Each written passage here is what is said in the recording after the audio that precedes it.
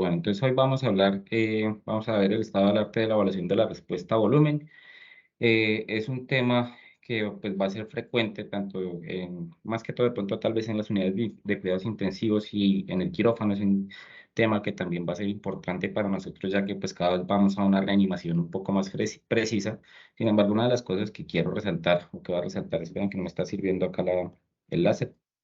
Una de las cosas que quiero resaltar de los diferentes estudios es que son muchos estudios que son realmente pequeños, finalmente no tienen muchos pacientes, eh, y que pues están siendo como en ambientes muy controlados. Entonces una de las cosas grandes que podemos destacar, digamos, desde ya, es el hecho de que son estudios que se han hecho en poquitos pacientes. Esa decisión de la fluidoterapia es difícil en el entorno hospitalario, ya sean urgencias, en la unidad de cuidados intensivos o en el quirófano, y sin embargo, pues usamos líquidos todos los días en nuestros pacientes.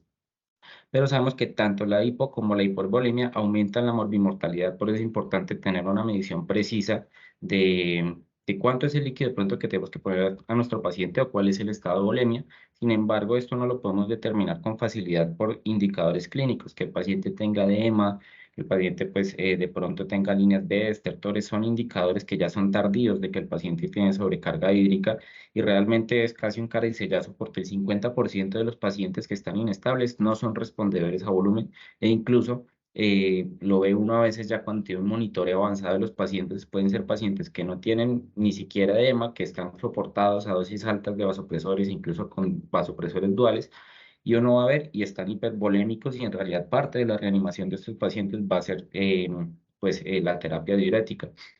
Entonces, no todo paciente hipotenso va a requerir líquidos y pues hay una gran dificultad para estimar las condiciones de precarga de nuestros pacientes. Para estimar esas condiciones de precarga de nuestros pacientes, vamos a tener diferentes mediciones, entre las cuales tenemos una medición, unos índices estáticos de la precarga y unos índices dinámicos. Entre los índices estáticos tenemos la presión venosa central, la presión de oclusión de la arteria pulmonar, otros índices sobre la fracción de eyección global del ventrículo derecho y pues otros que nos dan monitoreos avanzados por dilución transpulmonar, de los cuales no hablaremos. Realmente nos vamos a centrar en la presión venosa central, que es el que de pronto más conocemos, tendremos más accesible y particularmente en el servicio de urgencias. Y pues la conclusión de pronto un poco anticipada de esto es que los índices estáticos no son una buena, no nos dan una buena fiabilidad de las condiciones de volemia de nuestros pacientes. La primera vez que se describió la medición de la presión venosa central fue en 1959, en estos cirujanos entre los cuales estaba McGovern, que sometieron a 25 pacientes que eran sometidos a toracotomía. Fue la primera vez que se hizo como esa inserción del catéter venoso central y se conectó un manómetro para una medición continua de la presión venosa central. Y vemos que de las conclusiones que sacan ellos con solo 25 pacientes es que la presión de la aurícula derecha es una medición sensible y precisa para el volumen circulatorio efectivo.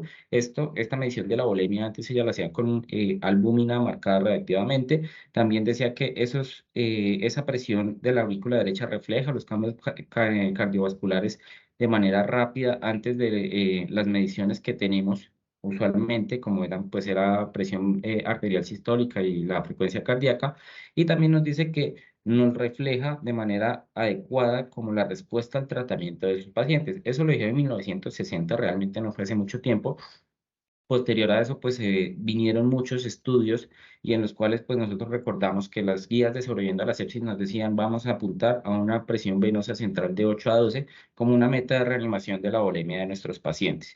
Para no irnos pues más allá, tenemos que la presión venosa central es la presión medida a nivel de la aurícula derecha y entre comillas nos refleja el volumen intravascular o eso era lo que pues, considerábamos previamente.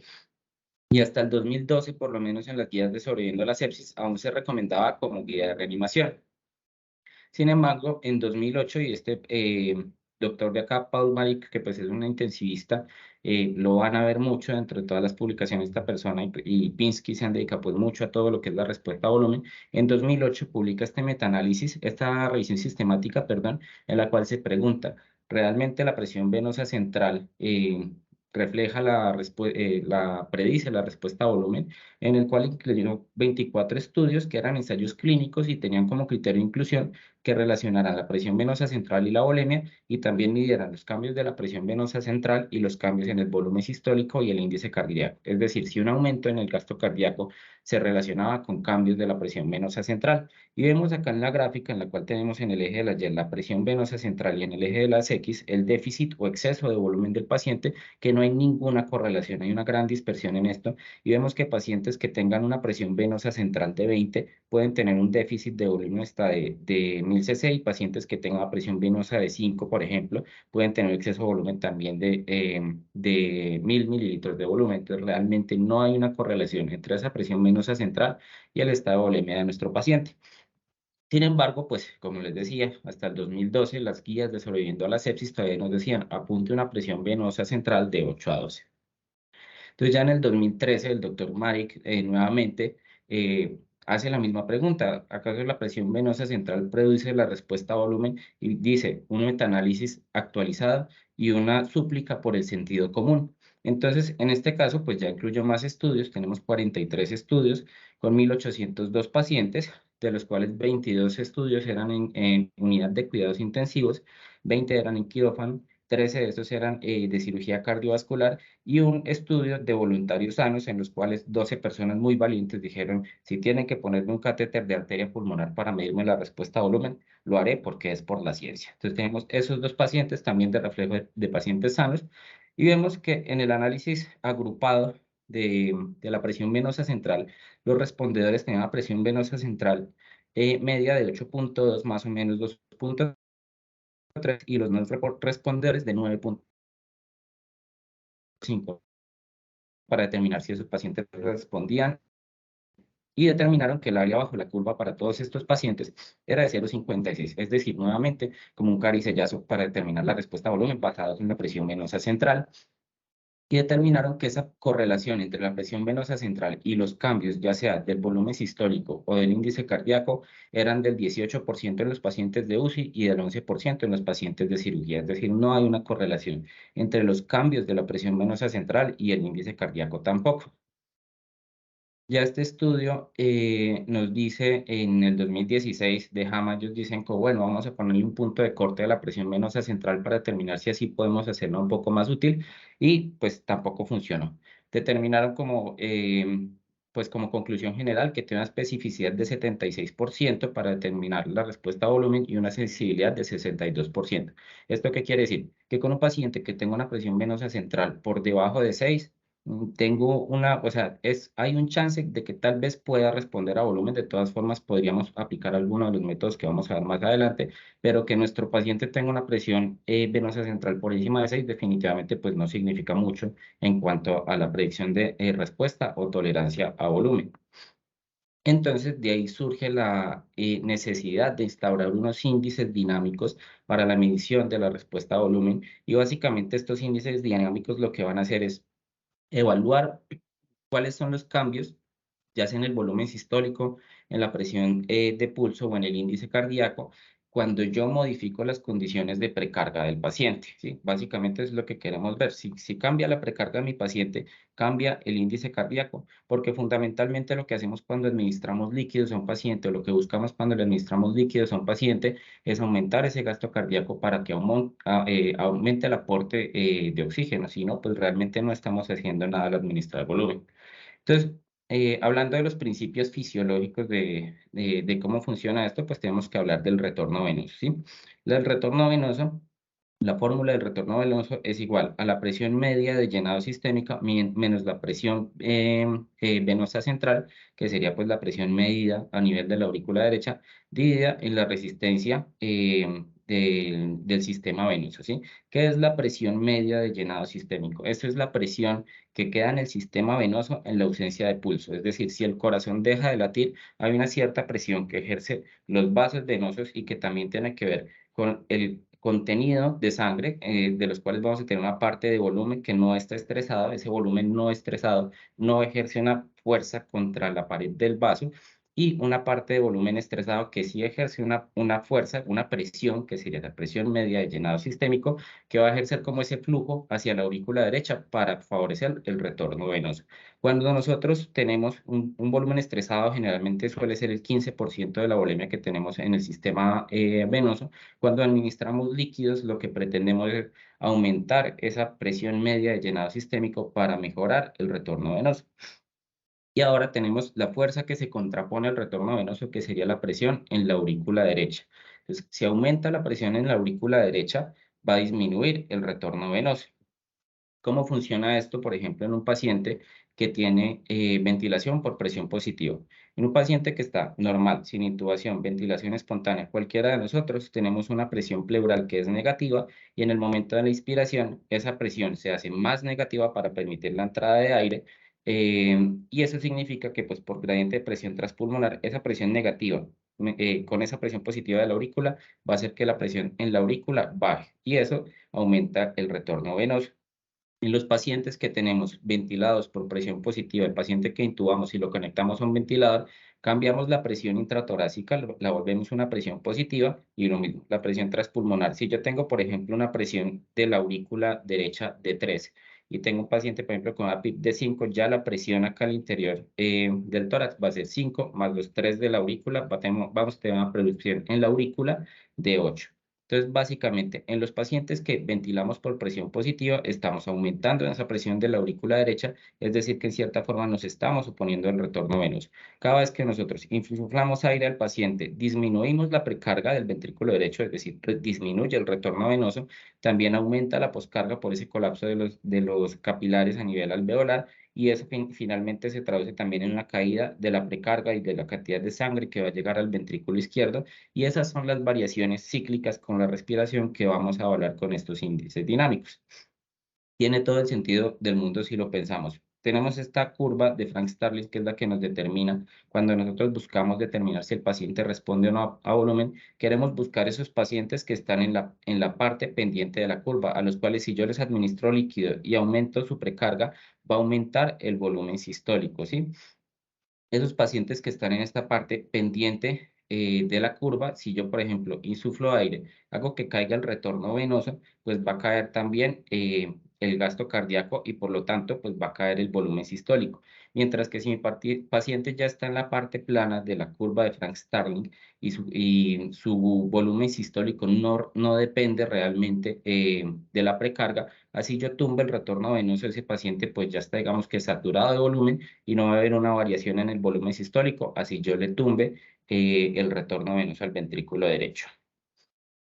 Si nosotros comparamos la curva de Frank Starling, que nos mide la respuesta a volumen, con la curva de Marik Phillips, acá Marik Phillips sigue siendo el intensivista que les mencionaba al inicio, esta curva de Marik Phillips lo que nos dice es cómo cambia el agua vascular extrapulmonar cuando yo le pongo volumen a mi paciente. Y vemos que en los pacientes que son respondedores, si yo le pongo líquidos al paciente, realmente pues aumenta hasta cierto punto el agua extravascular pulmonar, pero pues empieza a ser exponencial en los pacientes que no responden a volumen. Porque si ya no responde a volumen, yo estoy poniéndole volumen a un ventrículo que ya no puede recibirlo, aumenta la presión intraventricular y pues con cada latido se transmiten esas presiones hidrostáticas a la vasculatura pulmonar y va a empezar a filtrar agua, pues aumenta la permeabilidad capilar y en pacientes con, por ejemplo, sepsis, trauma, quemados, pues que ya tienen una permeabilidad aumentada, pues vamos a causar más congestión con la administración de líquidos. A su vez, el aumento de la presión intracardíaca hace que se secrete péptido natriurético auricular, que también tiene un efecto proteolítico sobre las proteínas del glicocálix, entonces también va a aumentar la permeabilidad vascular. Entonces esos índices dinámicos empiezan a evaluarse más o menos desde el año 2000. Acá tenemos al doctor Pinsky como uno de los autores de los primeros estudios que nos evaluaban la presión de pulso. Ya en el 1999 ellos hablaron como de la fórmula de la presión de pulso y acá ya la estaban poniendo en práctica. La presión de pulso es la presión, o sea, tenemos una línea arterial, tenemos la onda de pulso máxima que sería, pues digamos, la presión arterial sistólica y la diastólica y después de una insuflación de aire, pues cae ese retorno venoso, cae el gasto cardíaco del ventrículo izquierdo y tenemos pues una caída también en la presión arterial, que si lo medimos con la línea arterial vamos a tener una onda más pequeña, que será presión acá sistólica, presión diastólica, y esa presión de pulso tiene en cuenta las dos. Entonces, la onda, digamos, más grande menos la onda más chiquita. Y esa la hacen, lo pusieron en esta fórmula, que la presión de pulso expresada en porcentaje es la presión de pulso máxima menos la presión de pulso mínima sobre la presión de pulso media, que vendría siendo la sumatoria de las dos, dividido en 2 multiplicado por 100 para ponerlo en porcentaje. Entonces ellos cogieron 40 pacientes que estuvieran que estuvieran bajo ventilación mecánica por choque séptico, incluyeron pacientes con insuficiencia circulatoria, acá solo lo pongo esta vez, son pacientes con presión arterial sistólica menor a 90 o que requirieran vasopresor. Todos los estudios pues, que definan insuficiencia circulatoria lo hacen más o menos con estos mismos términos, que tuvieran una línea arterial, un catéter de arteria pulmonar y tenían que tener estabilidad previa a la valoración definida por que no tuvieran una variación significativa en la frecuencia cardíaca, una variación del gasto cardíaco menor al 10% en los 15 minutos previos a que hicieran el protocolo, y excluyeron a los pacientes con arritmias, con hipoxemia severa y que tuvieran presión de oclusión de la arteria pulmonar de más de 18. Y tenían pacientes que estaban ventilados de 8 a 12 cc por kilo porque era el 2000 y hasta ahora todavía no había salido el arma, y pacientes que no tuvieran esfuerzo respiratorio y los consideraban respondedores si había un cambio en el gasto cardíaco de más del 15%. ¿Qué vieron ellos? Pacientes que tuvieran una variabilidad de la presión de pulso aumentada, iban a tener un gasto cardíaco, iban a tener mayor gasto, cambio en el gasto cardíaco si les infundían líquidos. Entonces, pacientes con presiones de pulso pequeñas, si les infundían líquidos, no tenían un mayor cambio en el índice cardíaco, y a medida que avanzaba, pues había una correlación lineal con esto. Se dieron cuenta de que con una variación de la presión de pulso del 13%, la mayoría de pacientes, 0,96 por debajo de la curva, es decir, 96% de sus pacientes con una variación de presión de pulso de más del 13% iban a tener un aumento del gasto cardíaco del 15% tras infundirle líquidos. Ya en el 2009, ellos querían ellos evaluar, pues ya con una revisión sistemática, todos estos estudios eran con poquitos pacientes, entonces sale esta revisión sistemática en 2009 con 29 estudios, 685 pacientes. Tengan en cuenta que excluyeron pacientes con volúmenes tidales por debajo de 7 mililitros por kilo, que estuvieran ventilados con presión soporte o que tuvieran tórax abierto. Acá, pues la mayoría de los pacientes eran pacientes de la unidad de cuidados intensivos quirúrgicos. Tenemos dos estudios previos al que mencionamos previamente, que es este del 2000 de Michat, y pues vemos que realmente todos los estudios tienen menos de 30 pacientes en general. La variable que ellos midieron en su mayoría era la variación de la presión de pulso. También podían medir la variación de la presión sistólica o la variación del volumen sistólico. Esto depende principalmente pues, de cuál es el tipo de monitoreo que tengamos en los pacientes. Y observen que algunos lo hacían, pues todos lo hicieron con diferentes volúmenes, 500, algunos lo hicieron con 1000 y otros lo hicieron cambiando los parámetros ventilatorios, como poniendo una PIP de 10, es decir, aumentando esa presión intratorácica, viendo cómo cambiaban las condiciones de precarga del paciente y si eso pues inducía un cambio en la variación de la presión de pulso. Que se dieron cuenta que la presión de pulso pues, tiene un excelente valor para determinar si el paciente responde a volumen, pero bajo esas condiciones muy específicas que ya veremos, con 0,94. Y como ya sabemos, y por lo que no hablamos mucho de los índices estáticos, que básicamente pues, de 0,64 a 0,55 para discriminarlo, ¿sí? Entonces, la presión de pulso, la variación de la presión de pulso, que es la que más tiene estudios, 14 estudios comparado con la variación de volumen sistólico, tienen un buen rendimiento. Podemos usar en cierta forma cualquiera de los dos. Ya veremos hacia el final que dependiendo del tipo de monitoreo que tenemos, pues podemos tener diferentes umbrales, pero pues estos dos son buenos surrogados del índice cardíaco y del gasto cardíaco. Pero entonces en 2012 llega gente que pues no está muy satisfecha porque pues estos son pacientes de la unidad de cuidados intensivos o de quirófano que están muy seleccionados, y por eso es que vemos que realmente los estudios tienen tan poquitos pacientes. Entonces ellos dicen que las variables dinámicas no predicen la respuesta a volumen en los pacientes en la práctica clínica diaria. Cogieron 29 pacientes con volúmenes tidales convencionales porque pues ya es el 2012 y ya salió el arma, entonces ya no tenemos tantos pacientes ventilados con más de 8 cc por kilo e incluyeron los pacientes con arritmias.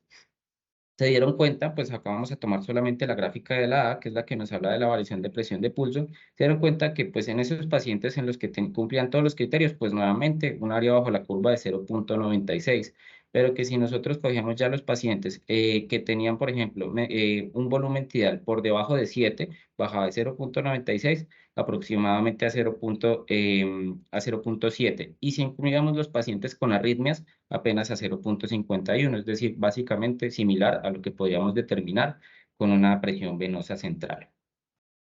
Y en 2014, pues llegan también estos franceses que dicen, vamos a hacer un estudio prospectivo multicéntrico de un solo día.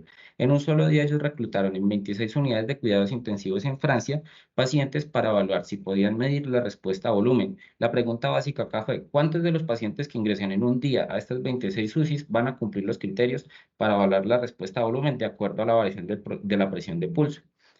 Ingresaron 311 pacientes en ese día y de los cuales solo 6, es decir, el 2% de los pacientes cumplieron criterios. Entonces, si bien la variación de la presión de pulso tiene una muy buena capacidad para discriminar si los pacientes van a responder a volumen, son muy pocos los pacientes que ingresan a la unidad de cuidado intensivo que van a cumplir los criterios para evaluarlo. ¿Qué tenemos como conclusión? Va a cuantificar la disminución de la presión arterial sistólica inducida por la ventilación mecánica. Todos estos que vamos a ver de acá en adelante juegan con la interacción corazón-pulmón. Tiene el nivel más alto de evidencia, pero tiene un uso limitado principalmente para pacientes de UCI y nos dicen, no lo podemos usar esto que está mal escrito acá, pero esto no lo podemos usar en los pacientes con la nemotecnia LIMITS, que tengan bradicardias, que tengan baja frecuencia respiratoria, que tengan arritmias, que tengan ventilación mecánica con volúmenes tidales por debajo de 8, que tengan incremento de la presión intraabdominal, que tengan un tórax abierto o que tengan ventilación espontánea. Entonces, realmente, si bien tiene un buen valor predictivo positivo, pues vamos a poder usarlo en muy pocos pacientes. Sube también la colapsabilidad de la vena cava inferior, en la cual vamos a medir la vena cava inferior aproximadamente 2 centímetros por debajo de la unión atriocava, que eso es una de las cosas que pues puso mucha variabilidad y que pues limitó también como su evidencia, que no había mucha, digamos que homogeneidad en los sitios de medición. Y vamos a calculamos el índice de colapsabilidad, el diámetro máximo menos el diámetro mínimo dividido en el diámetro máximo multiplicado por 100, ¿sí? Acá vemos una imagen de la vena cava en modo M. Fue propuesto para la detección de respuesta a volumen también en pacientes que estuvieran ventilados. Es fácilmente medible por ecocardiograma, realmente en una ventana subsifoidea, y también va a estar limitado por volumen tidal bajo y presión intraabdominal, y le damos un punto de corte de 15. Realmente la colapsabilidad de la vena cava va a tener las mismas limitaciones, muy similares a la variación de la presión de pulso. En el 2004 se hace el primer estudio, fue un estudio prospectivo en un único centro, adultos con insuficiencia circulatoria por sepsis, que estuvieron ventilados a más de 8 cc por kilo, cogieron 20 pacientes, perdón, y les administraron coloides a 7 cc por kilo.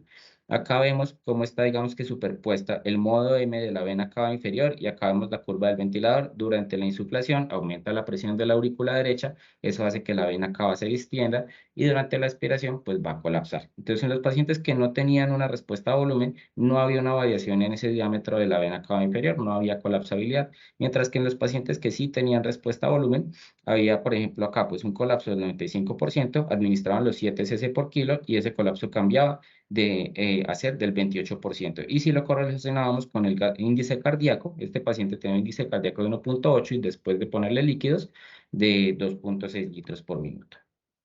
¿Qué concluyeron ellos? Que los pacientes, digamos que pues en un T0 y posterior a la administración de líquidos, esa colapsabilidad iba a disminuir y que esa colapsabilidad en los respondedores, acá vemos, antes de infundir líquidos 40% y posterior a infundir líquidos del 17%, mientras que en los no respondedores era del 8% y posteriormente del 2%. Y pues correlacionado con que sí había un gasto, un incremento en el índice cardíaco.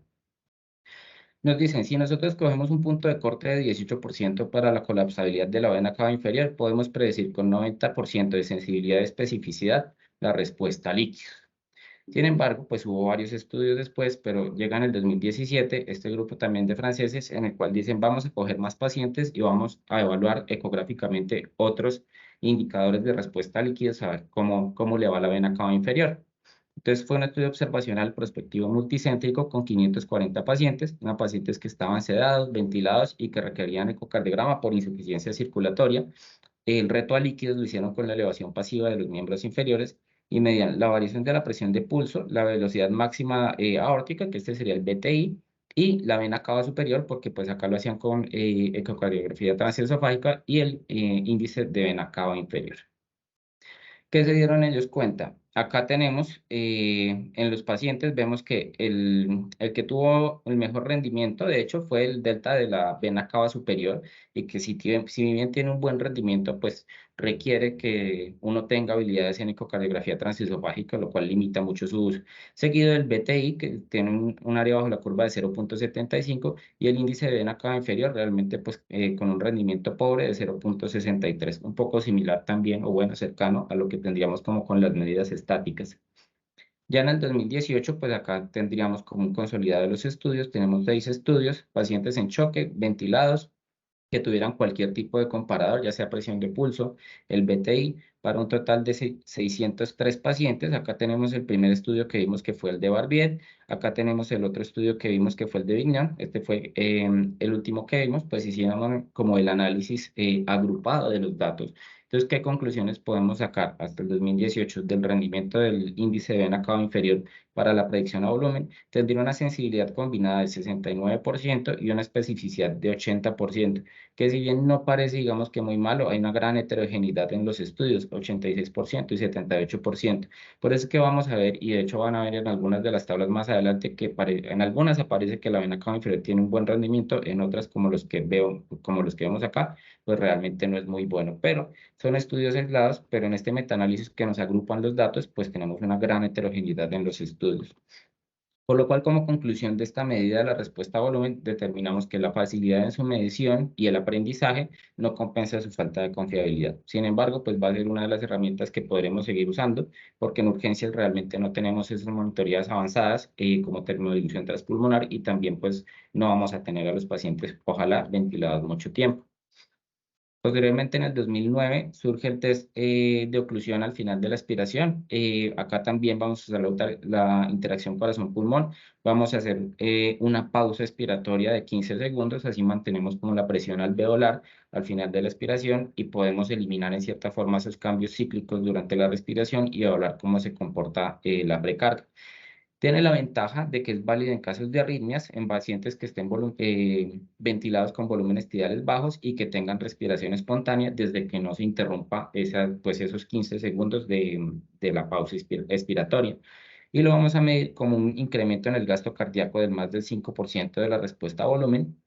Acá pues importante mencionar, ya les había mencionado que todo esto tiene que ver ya sea con el gasto cardíaco o sus surrogados. Entonces hay muchos estudios que los miden, digamos, con catéter de arteria pulmonar, que los miden con PICO, que los miden con la variación del volumen sistólico. Si tenemos también termovisión transpulmonar, se puede evaluar un análisis de contorno de pulso, y tener en cuenta que si vamos a evaluar el gasto cardíaco mediante ecografía, que es lo que posiblemente vamos a tener disponible en urgencias, que lo vamos a hacer midiendo ese BTI, la detección de los cambios mínimos de gasto cardíaco por ecografía es del 10%, es decir, podemos detectar cambios del 10% o más en el gasto cardíaco mediante BTI. Tenerlo en cuenta pues para cuando vayamos a usar esos, digamos que esos umbrales, y de acuerdo al test que usemos. Entonces lo que hacemos acá es tener a nuestro paciente. Inicialmente hacemos una pausa al final de la expiración, que dure por lo menos unos 15 segundos, y con el monitoreo en tiempo real del gasto cardíaco, pues sea, digamos, el que tengamos disponible, vamos a evaluar. Y si aumenta el gasto cardíaco progresivamente durante esa pausa, pues ya podemos poner al paciente en la respiración normal, y pues vamos a administrar líquidos, teniendo pues como un valor predictivo de que el paciente va a responder. En el 2017, esto pues surge, digamos que de manera reciente, como una solución pues a esa limitante de que los pacientes tenían que estar ventilados a más de 8 cc por kilo para determinar la respuesta a volumen. Va a superar esa limitación de la variación de la presión de pulso a volúmenes bajos, y vamos a incrementar el volumen tidal a 8 cc por kilo de manera transitoria. Es solamente durante un minuto, y vamos a evaluar los cambios variación de la presión de pulso. Entonces, normalmente, o digamos que usualmente ya lo hemos hablado, pues para ventilar a nuestros pacientes, ahora lo haremos a volúmenes bajos. Si tenemos un volumen, por ejemplo, de 6 cc por kilo, vamos a aumentar el volumen ideal durante 1 minuto y vamos a comparar las mediciones de la variación de la presión de pulso antes de nuestra maniobra y después de nuestra maniobra. Si hay cambios en la variación de la presión de pulso durante la maniobra, pues quiere decir que nuestro paciente pues o sea, que el gasto cardíaco de ese paciente va a ser dependiente de precarga y que posiblemente se beneficie de la administración de líquidos.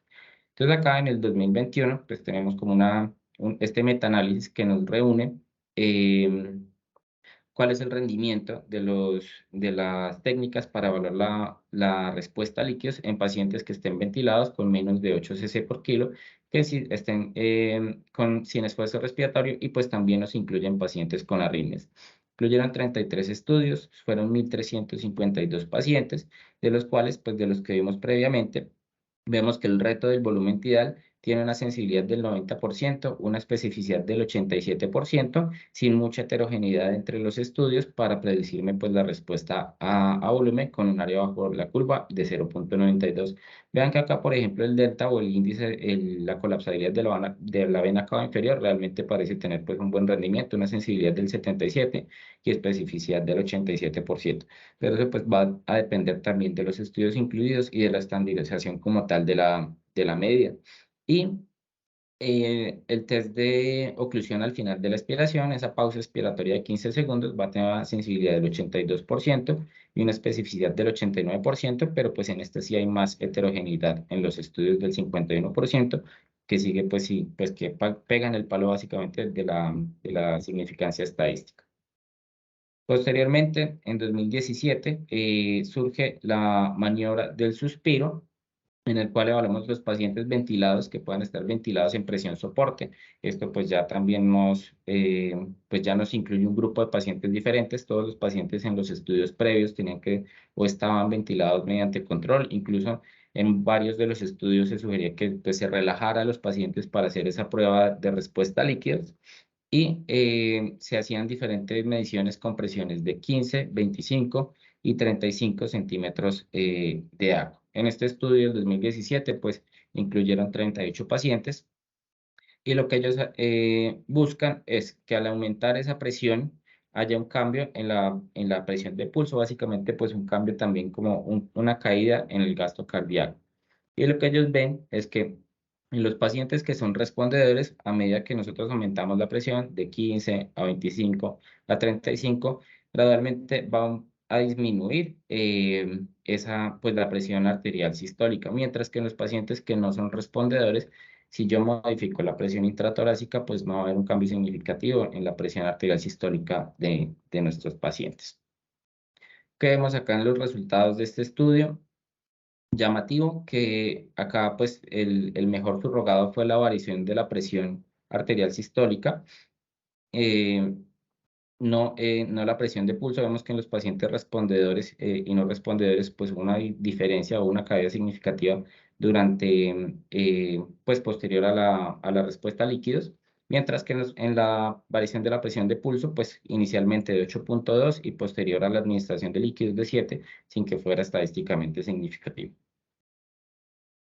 Y ya, pues con eso finalizaríamos todos los que son, digamos, que las estrategias que usan las interacciones corazón-pulmón para hablar la respuesta a líquidos y pasaríamos a las estrategias que pues usan un reto de líquidos o que por lo menos lo simulan. Entonces acá nos devolvemos un poco en el tiempo. Tenemos en el 2006 el primer estudio. También acá encontramos al doctor Pinsky, en el cual nos habla de si la elevación pasiva de los miembros inferiores puede predecir la respuesta líquida en los pacientes críticamente enfermos. Cogieron 71 pacientes, nuevamente son pacientes bajo ventilación mecánica y de estos 71 pacientes, 31 tenían respiración espontánea y o arritmias y hacían mediciones de la velocidad de flujo aórtico, alias BTI, y de la variación de la presión de pulso. Administraban 500 cc de cristaloides y medían nuevamente estas dos cosas tras 1 minuto. Ahorita vemos como tal la técnica de la elevación de miembros inferiores y vemos cuáles fueron los cambios en los no respondedores. Esta es la medición del BTI. Realmente no hubo un cambio en el BTI antes y después de administrar los cristaloides, mientras que en los pacientes respondedores sí hubo un cambio con un aumento significativo y que fue mayor incluso que la variación de la presión de pulso en los respondedores. Sin embargo, esta presión de pulso pues también tuvo un valor predictivo. Nos dicen entonces en el primer estudio de elevación de miembros inferiores que la medición del BTI tuvo una sensibilidad del 97% y especificidad del 94% para predecir la respuesta líquida en estos pacientes. Y que la variación de la presión de pulso tuvo una sensibilidad del 60% y una especificidad del 85%. Después llegan otros autores y dicen, venga, yo quiero evaluar esto, pero en pacientes que pues no estén bajo ventilación mecánica, pero pues sí lo voy a evaluar en pacientes que tengan ritmo sinusal. Entonces en el 2010 cogen pacientes también principalmente con insuficiencia circulatoria por sepsis y medían la presión de pulso, la variación del volumen sistólico y la velocidad pico en la arteria femoral, que sería una especie de surrogado pues digamos que de la velocidad arterial, digamos que sería como algo similar al BTI, obviamente no con el mismo valor diagnóstico, y les ponían diferentes umbrales. La variación del volumen sistólico del 10%, de la presión del pulso del 9%. Nosotros vimos pues desde el inicio que 13% era como el límite que han puesto. Esta es otra de las cosas que hace difícil un poco sacar conclusiones de cuál es el verdadero valor predictivo de cada uno de estos índices, teniendo en cuenta que pues hay mucha heterogeneidad en los estudios, pero también tener en cuenta que entre mayor sea el umbral que nosotros pongamos, por ejemplo, entre más alto sea la variación de la presión de pulso, es más probable que mi paciente responda a líquidos y por lo tanto aumentaría la sensibilidad y la especificidad. Acá en este estudio con pacientes con ventilación espontánea, encontramos que la variación de la presión de pulso predijo con 79% de sensibilidad y 85% de especificidad la respuesta a líquidos en pacientes con ventilación espontánea que estuvieran en ritmo sinusal.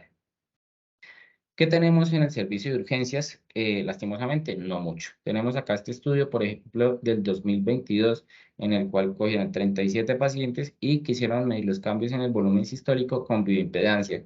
Y realmente la bioimpedancia tiene pues, una muy mala precisión para determinar esos cambios en el índice cardíaco, y por tanto, pues no nos va a permitir sacar unos muy buenos resultados. Tenemos este estudio, por ejemplo, acá del 2022 y nos dijeron pues que con una regla bajo la curva de 0,59, es decir, pues similar a, digamos, decidir si ponerle o no líquidos al paciente echando en cara y sello.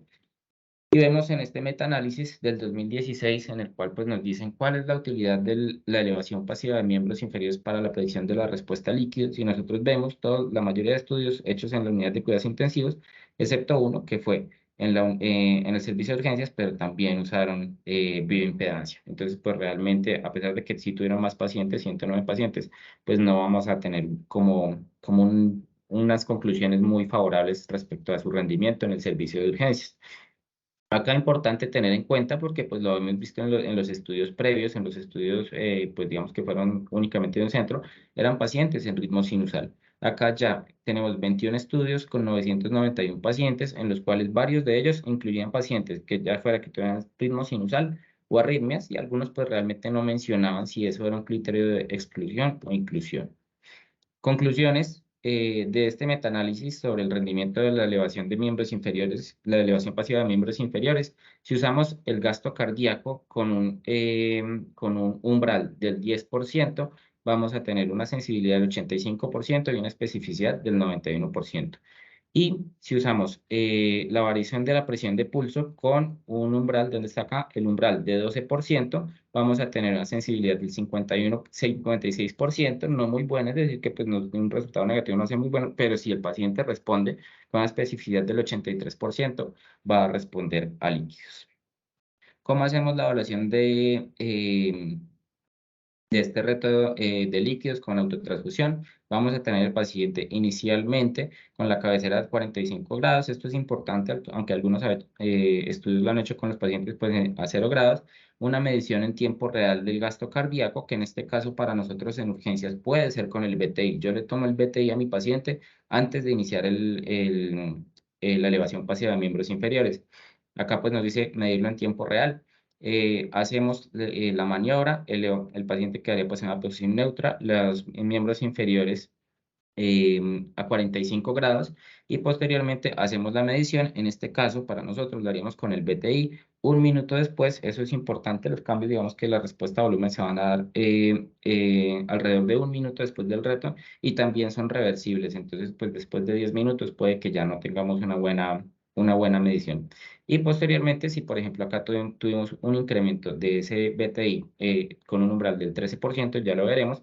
Decimos, nuestro paciente responde a líquidos, ponemos a nuestro paciente nuevamente en la posición y ya le vamos a administrar pues, cristaloides para la expansión de volumen y esperaríamos que el gasto cardíaco aumente. Ventajas de esto, pues es una autotransfusión de aproximadamente 300 cc que es reversible, no va a depender de la ventilación y del ritmo cardíaco, por eso pues les digo que es posible que este sea tal vez el único, junto con el mini reto de líquidos, el que podamos usar en urgencias. Tiene una sensibilidad de 91 y especificidad del 85%. Dice que requiere una estimación real del gasto cardíaco, pero pues tener en cuenta que si hay un cambio de más del 10% también lo podemos hacer por ecocardiografía transtorácico.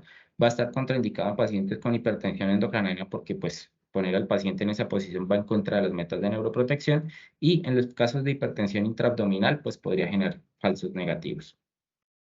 Y ya para no extenderme mucho también por el tiempo, tenemos el mini reto de líquidos que consistiría pues en la infusión de 100 a 150 cc de cristaloides. Pues básicamente esto surge de la idea de decir, vimos previamente que pues a estos pacientes les ponen 500 o hasta 1000 cc de líquidos para evaluar la respuesta.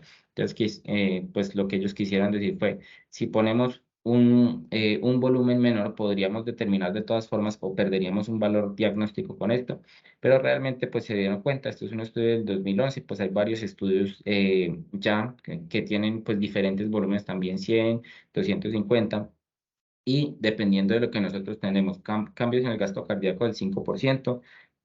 Si ese cambio es más del 10%, lo podemos medir por ecocardiografía. Hay estudios con la variación de presión de pulso y variación de volumen sistólico, pero pues siguen siendo estudios pequeños con este mini reto de líquidos, pero pues ahora surge como una alternativa para no infundir mucho líquido a nuestros pacientes y de esta manera pues no hacer algo contraproducente que sería, digamos, encharcar a nuestros pacientes. A medida de resumen, pues acá tendríamos ¿qué vamos a hacer nosotros en urgencias? Posiblemente elevación de miembros inferiores, ventajas que es reversible. Creo que de las ventajas más grandes que tiene esta medición dinámica de la respuesta a líquidos es que va a funcionar en pacientes que no estén ventilados independientemente de su ritmo cardíaco. Esto va a hacer que pues, sea pues, aplicable a una cantidad mayor de pacientes porque lo que vimos en los primeros que dependen de las interacciones corazón-pulmón, vimos en los estudios, por ejemplo, en el estudio prospectivo, que menos del 10% de los pacientes va a ser aplicable pues van a ser seleccionables para ese reto a líquidos. Diferentes métodos de evaluarlo, podemos usarlo mediante la estimación directa del gasto cardíaco, ya sea con un catéter de arteria pulmonar, pues lo que nosotros tengamos de invasión de nuestros pacientes, en urgencias posiblemente no lo vamos a tener, con un buen nivel de evidencia, pero acá lo tenemos. El BTI lo sacamos por ecocardiografía y tenemos un cambio de más del 10%, con un buen nivel de evidencia, podemos decir que nuestro paciente responde a líquidos con la elevación pasiva de miembros inferiores. El mini reto a líquidos también, pues ahora surge como una alternativa, sin embargo no tenemos mucha evidencia porque todavía no hay muchos estudios, pero pues podemos hacerlo de manera fácil. Tiene la desventaja a comparación de la elevación pasiva de miembros inferiores que no es reversible, pero pues también un cambio del 10% en el BTI podría ayudarnos a tomar la decisión.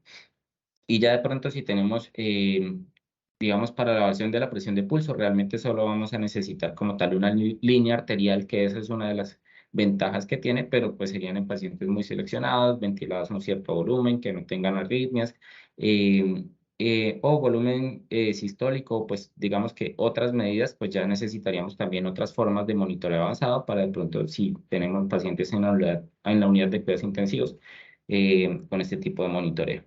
Ya para finalizar, pues una de las conclusiones importantes también es que la respuesta a volumen no significa lo mismo que tolerancia. Todo esto, como decía al inicio, pues la idea de ponerle líquido a nuestros pacientes es aumentar ese aporte de oxígeno, pero si nuestro paciente pues puede que responda a líquidos, pero si no los necesita, si no tiene signos de insuficiencia circulatoria, pues no le pongamos líquidos, porque puede que el paciente responda a líquidos, pero no los vaya a tolerar. Y pues ya también es importante porque pues esos pacientes ya vimos que puede cargar la sobrecarga hídrica, ya la tolerancia a líquidos pues es otro tema, pero ya también lo estamos teniendo en cuenta al momento de tomar decisiones sobre nuestros pacientes.